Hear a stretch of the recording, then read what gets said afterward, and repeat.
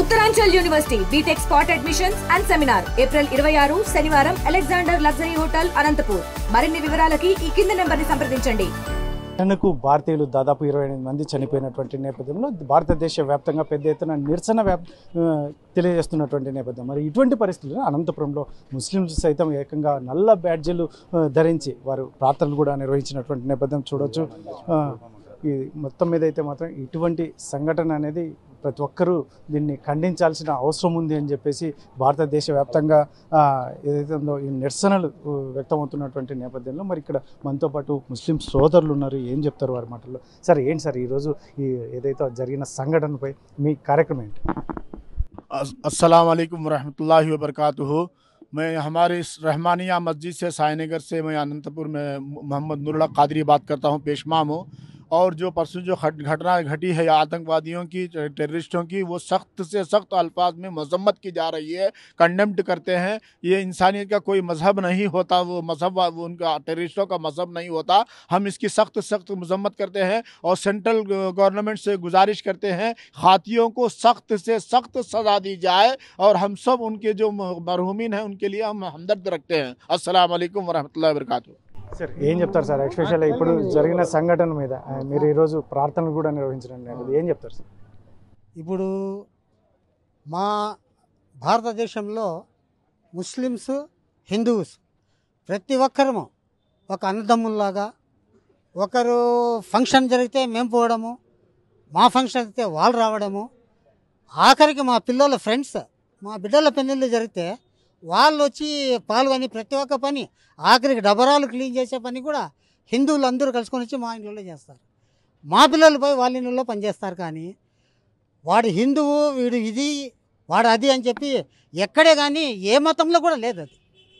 ఇప్పుడు 1446 సంవత్సరం క్రితమే మా ప్రవక్త గారు ఏ కులస్తుడైనా ఏ మతముడైనా కానీ వాడిని ప్రేమగా లాలించండి, దగ్గర తీయనేది నేర్పించారే. కానీ ఒక హిందూ అని వానికి ద్వేషించడం చేయడం అనేది అది పద్ధతి కాదు.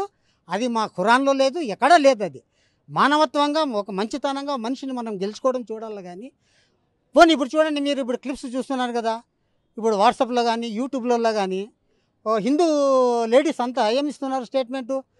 ఒక ముస్లిం అన్నయ్య నా ఎంట ఉండి నా ప్రాణానికి నీ ప్రాణం వేస్తానమ్మా అడ్డం అని చెప్తూ ఒక హిందూ లేడీసే స్టేట్మెంట్ ఇస్తున్నారు. ఇప్పుడు హిందువులు ముస్లింలో హిందూ అనేది అదేని కాదు. మనకు ప్రతి ఒక్కరు మనం ఒక తల్లి బిడ్డలాగా కలుసుకొని ఉన్నాం. ఎవడో పనికిమాలినోడు చేసిన దానికి ప్రతి ఒక్కరి మీద ఈ ముస్లింల మీద రుద్దడం ఇది మంచిది కాదు. వాడు ఎవడో చేసినోడు వానికి ఈ ప్రభుత్వం తరఫున కఠిన శిక్ష పడుతుంది, అల్లా తరఫున కూడా శిక్ష అనుభవిస్తాడు. సార్ ముఖ్యంగా ఇప్పుడు జరిగినటువంటి సంఘటన మీద కేంద్ర ప్రభుత్వం ఎటువంటి నిర్ణయం తీసుకోవాలంటారు? ఇప్పుడు చూడండి, తప్పు ఎవడైనా చేయని వాడు శిక్ష అలువిడే. వాడు ముస్లిం కానీ, హిందువు కానీ, క్రైస్తవుడు కానీ, ఇంకోటి కానీ వాడు తప్పు చేసినాక శిక్ష అనుభవించే తీరాల. ఇంకొకటి, ఇప్పుడు వాడు శిక్ష ఇప్పుడు తప్పించుకున్నాడు, అల్లా దగ్గర నుంచి వాడు శిక్ష ఎప్పుడు తప్పించుకోలేడు. అదే మటుకు వాస్తవం. సార్ ఏం చెప్తారు సార్ ఇప్పుడున్న ప్రశ్న? ఎందుకంటే ఇటువంటి యూనిటీ అనేది ఎస్పెషల్లీ మన అనంతపూర్లో ముస్లిం సోదరులు కానీ హిందూ సోదరులు కానీ కలిసి మెలిసి ఉండేటువంటి అనేదానికి ఇది తార్కాణం పెద్ద ఎత్తున. ఈ సంఘటన మీద మీరు ఏం చెప్తారు? ఇప్పుడు కాశ్మీర్లో జరిగిన దుర్ఘటన చాలా బాధాకరం. ఈరోజు అనంతపూర్లో సాయినగర్ ముస్లింలందరూ కూడా ఏకపాటిగా ఈరోజు నిన్న జరిగిన ఘటనను ఖండిస్తున్నారు.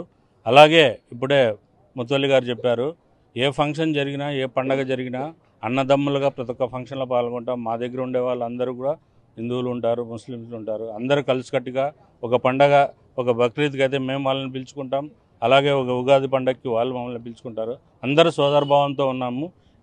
ఏదైనా కూడా అక్కడ జరిగిన ఘటన దురదృష్టకరం. ఖచ్చితంగా వాళ్ళకి శిక్ష పడుతుంది. ఖచ్చితంగా కేంద్ర ప్రభుత్వం వాళ్ళని ఖచ్చితంగా శిక్షించాలని కోరుకుంటున్నాం. ముఖ్యంగా రాబోయే కాలంలో కూడా ఇటువంటివి జరగకూడదు అంటే ఎందుకంటే మనం ఇప్పటికే ముస్లిం సోదరులు హిందూ సోదరులు ఐక్యంగా ఉన్నటువంటి నేపథ్యం ఇది ఒక చిచ్చు పెట్టడానికైనా ఈ సంఘటన ఇటువంటివన్నీ.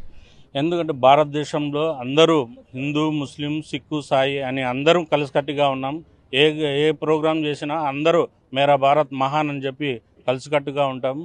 అలాంటి పరిస్థితుల్లో హిందూ ముస్లింని విభజించాలి అనే ఒక దురుద్దేశంతో ఉగ్రవాదులు చేసిన కుట్ర ఇది. ఈ ఉగ్రవాదం అభివృద్ధికి నిరోధకము. ఖచ్చితంగా ఉగ్రవాదాన్ని అణచేయాలని కేంద్ర ప్రభుత్వాన్ని మేము కోరుతున్నాం.